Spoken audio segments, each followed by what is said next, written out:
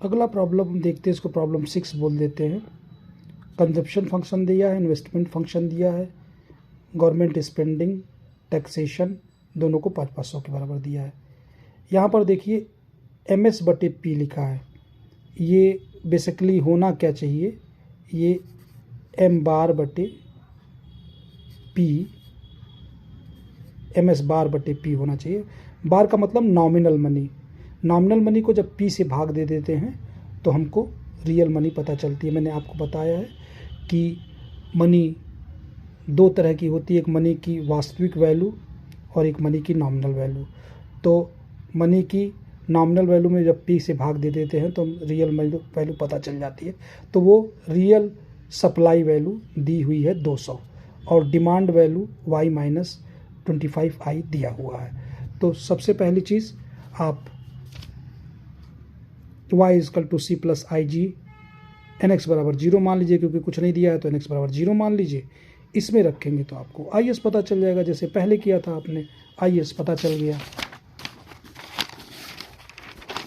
उसके बाद money market का दिखा देंगे, ये मैंने कहा बार होना चाहिए, छूटा हुआ है ये बार नहीं है तो भी आप इसको दिमाग में रखिए और अपने लगाइए आप, भले ही क्वेश्चन में ना दिया रहे लेकिन आप उसको लगा दीजिए। तो ये जब भी बटे P रहेगा, इसका मतलब ऊपर नॉमिनल होगा, तभी P से भाग होकर के रियल मनी आती है। नॉमिनल मनी में P से भाग देंगे रियल मनी, तो ये रियल मनी का आपस में होता है, रियल मनी का आपस में हम इक्विलिब्रियम करते हैं।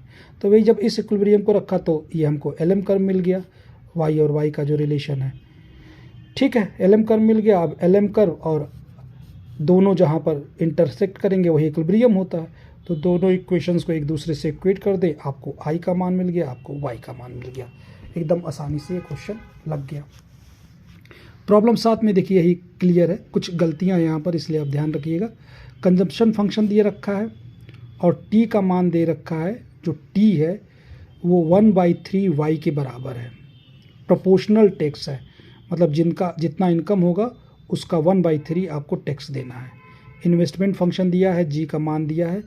ट्रांजैक्शनल मनी फॉर डिमांड, इसको एक्चुअली M1 दर्शाना चाहिए। अभी आगे इन्होंने M1 कहा है, देखिए M1 M2 सोल्यूशन में लगाया है, तो ये गलती से MD नहीं बल्कि M1 होना चाहिए। और इसको इन्होंने सही लिखा है एक्सपेक्टेड डिमांड, या तो इसको M2 लिख दें या तो इसको MSP लिख दें। तो MSP नहीं लिखा है, ठीक है, इन्होंने M2 लिखा है।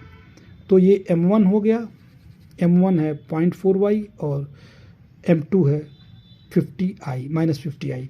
ये ट्रांजैक्शनल है, स्पेक्युलेटिव है। आपको पता है कि टोटल डिमांड जो होगी वो इन दोनों का योग के बराबर होगी, ठीक है।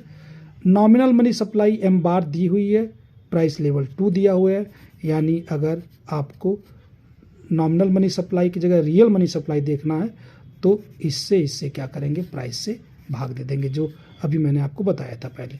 तो 10/40 बटे ये 2, ये आपका मिल गया, ठीक है। आइए इस क्वेश्चन को लगाते हैं। पहले आप IS कर्व के लिए ये कर देंगे, NX में 0 रख देंगे।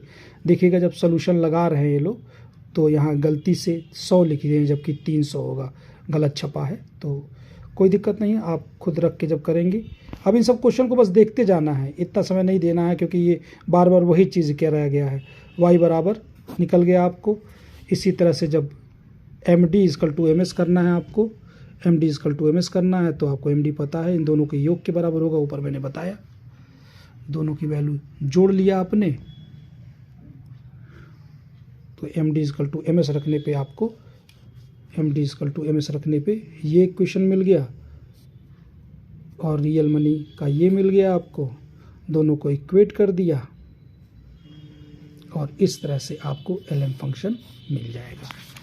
अब LM फंक्शन और IS फंक्शन दोनों को आपस में इक्वेट कर दीजिए, उनको y बराबर बना के दोनों को इक्वेट किया, I = 6 आ गया, Y = 20/50 आ गया। कैलकुलेशन करके इस तरह से क्वेश्चन हो गया।